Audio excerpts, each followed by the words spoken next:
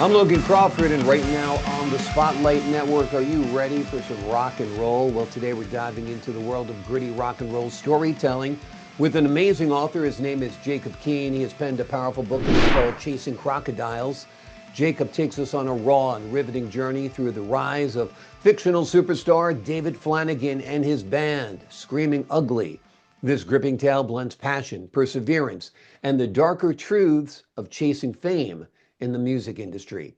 We're delighted to have this very talented author join us here today on Spotlight. We thank the team at Prime 7 Media for helping us put him in the spotlight today, and we ask viewers like you to support authors like him by subscribing to our channel and by purchasing his wonderful book. The links are below this interview. Jacob, thank you so much for joining me here today on Spotlight. Thank you for inviting me. Everybody wants to be a rock and roll star. I think it's more thrilling than any other art form to be in a stadium, 50,000 people screaming your name, lighting lighters, holding up their phones with flashlights. It's a great, thrilling experience. Have you ever dreamed about being a rock star? Yes and no. No, yeah, I suppose. I think we all do. I Yeah. think we all fantasize about it, but most of us will never have the talent or the courage to do it.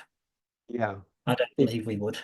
it takes a lot to get up there and expose yourself like that, and also to get the opportunity to do that as Yeah. well. If you could be any rock star, living or dead, who would you be?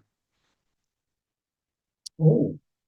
Um, I would be Lane Staley Okay. on from the band Alice in Chains. I like his voice. Awesome. Awesome. Myself, I think I'd be Mick Jagger, just because Okay. he's so iconic. I guess he's the biggest rock and roll star of all time. But Yeah. I just wouldn't want to look like Mick Jagger. But, No, you no. know, it comes with the territory. What can you do? Yeah, true. Tell us a little bit about the inspiration for your book, Chasing Crocodiles. Most of it's my love of music. I've had a lifelong love of music. I thoroughly enjoy it. And it's just grew, just an idea that just sort of sprouted inside my head and it just sort of grew. And then I sat down to write it one day and it just kept writing. It just kept flowing out. And it's about six rewrites later. And yeah, there it is. Well, I can't rewriting is say. part of the craft of writing. Yeah, It's, yeah, write it, edit it, re-edit it, write it again, rewrite that. yeah. But that's where perfection comes, and this book is very darn good, that's for sure. Was it Thank you. inspired at all by your hometown of Dunedin in New Zealand? A lot of it, yes, because a lot of the early part of the book was those places exist, still do exist in one shape, form, or another. And a lot of it was what I saw, what I listened to, the life I led as a late teenager into my early 20s. And that was pretty much the life that we led back in those days. I mean, the 1980s was a really good decade to be alive. But yeah, a lot of it was my inspiration through people I've met, conversations I've had, and just the life that we lived. Tell us about your inspiration for David Flanagan. Is he a composite of a lot of different people you knew? Is he No, pretty much no, one rock actually, star? no, he actually comes from one person that I know, and a very old friend of mine, and he was my inspiration for the part of David Flanagan. But I find once I start writing, any connection to real people disappears because the characters develop their own personalities They and they take on a become life their of own. their own, really, right? Yeah, yeah, they Yeah. do. Yeah. And inside my mind, they do. Yeah, and that's part of the fun of creating. Like you really don't know where the story's going to go when you're creating it. No, no. That character's making choices in real time, and you're like, yeah, that'd be awesome if he did that. And I think that's the fun of creating, the fun of writing, and the joy of being a reader. All of those Yeah, surprise twists and turns that you take, right? yeah, yeah, it is Yeah. because it's basically when I start to write, I have a fair idea where it's going. But once I write, whatever my initial idea was disappears fairly quickly. And the story just meanders on the way it meanders on, and it ends up in a completely different spot to where I imagined it would end up. Wonderful, wonderful. Tell us about the title, Chasing Crocodiles. It's uniquely Australian, I think. No, no, it's actually I read about it. It's in dream culture. If you dream of a crocodile, it means you're going to have good luck.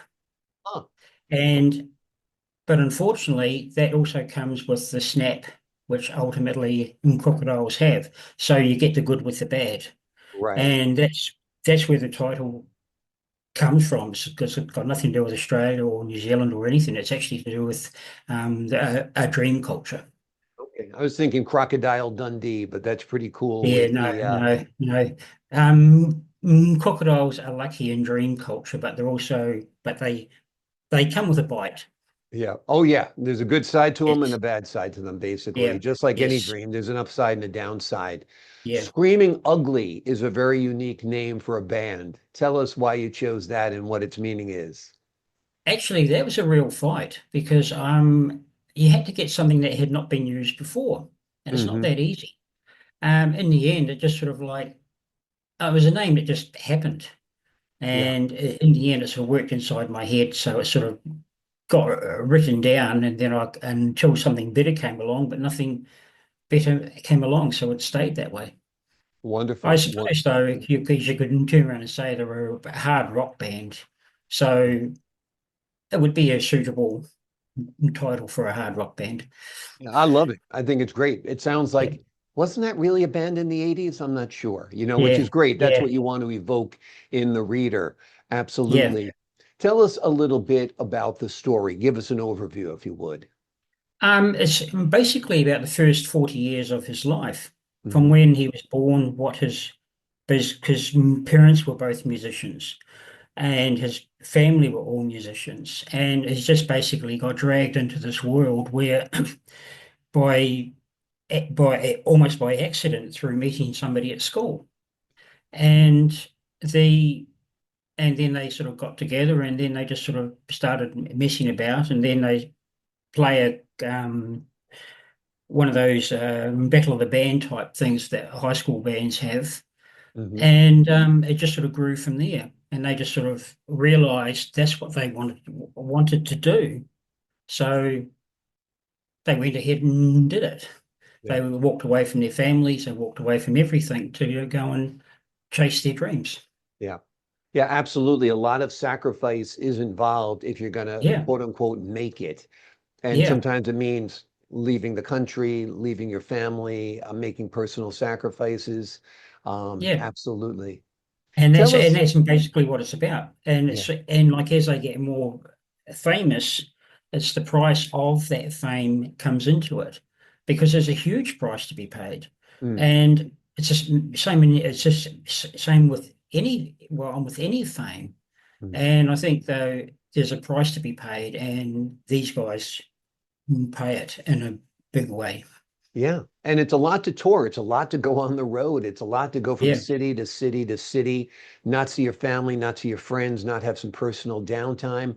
To be out there, using your voice to, its maximum potential, to moving all the time.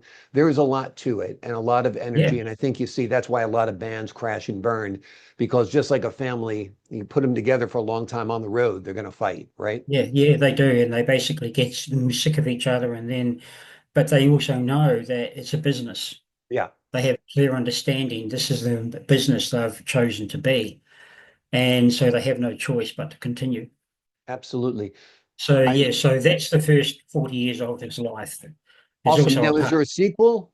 Or is this Yeah, part of a series? Tell us a little bit. there's a sequel called The Crocodile Snapped.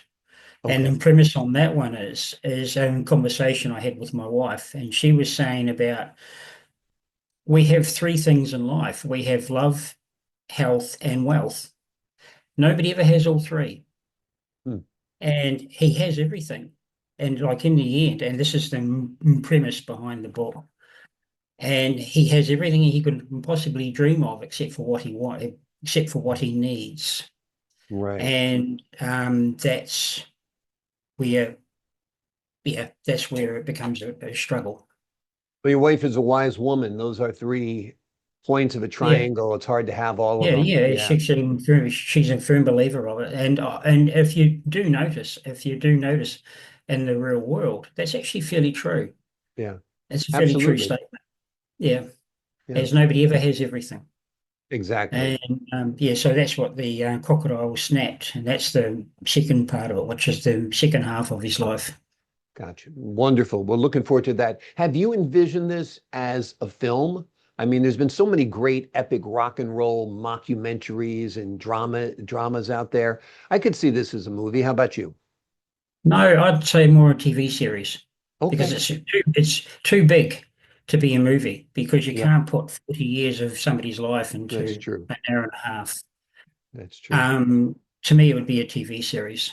Cool. So Netflix, Amazon Prime, Hulu, Paramount Plus, if you're listening, we've got a Yeah, couple of no, yeah, stories here yeah, that are ready to go. That would yeah. be great multi-part It's series. cool.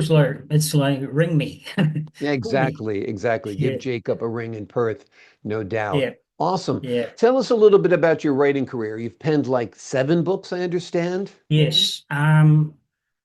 Funny enough, I thought about this. I actually started writing when I was at school because one of my teachers I used to have, he used to make us do creative writing, Mhm. and I would start writing something, and I would get to the end of the hour's time, and and I've only just started, and I've realised that then I would write and come back next week for the exciting part two episode of this because I couldn't finish it. But I find I can write, and I don't know why I can write.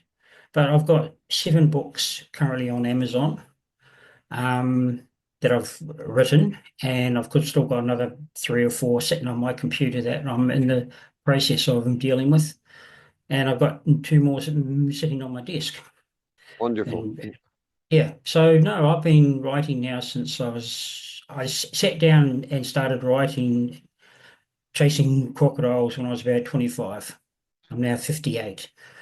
Gotcha. So I've been writing a long, long time. Wonderful, wonderful. Well, you've obviously grown with skill over time because this book is Yep. really, really wonderful, as I'm sure are your other books as well. Before we leave you today, Jacob, anything you'd like to share with the audience? I'd just say, just go and give it a go. Yeah. It may not be your thing. Um, just, just go and give it a go because to me, it's a good book. Like, even though I'm biased, but it is a good story. And it may not be your thing, but give it a go, please. I think everybody loves rock and roll. Everybody kind of Yeah. fantasizes about either being a rock and roll star or being with a rock and roll star. So if you're interested in that part of life, I think you'd find this book fascinating. There's a sequel out there as well. The book we've been focusing on primarily today is called Chasing Crocodiles. Jacob takes us on a raw and riveting journey through the rise of a fictional superstar by the name of David Flanagan and his band Screaming Ugly. It is a gripping tale that blends passion, perseverance, and the darker truths of chasing fame in the music industry. Jacob, thank you so much for joining me here today on Spotlight. Thank you. Thank you for, like I said, and thanks again for inviting me. I'm glad to have you on the show. Appreciate your stories, your wit, your wisdom. To the folks at home, I'm Logan Crawford, thanking you for your time, this time until next time on Spotlight.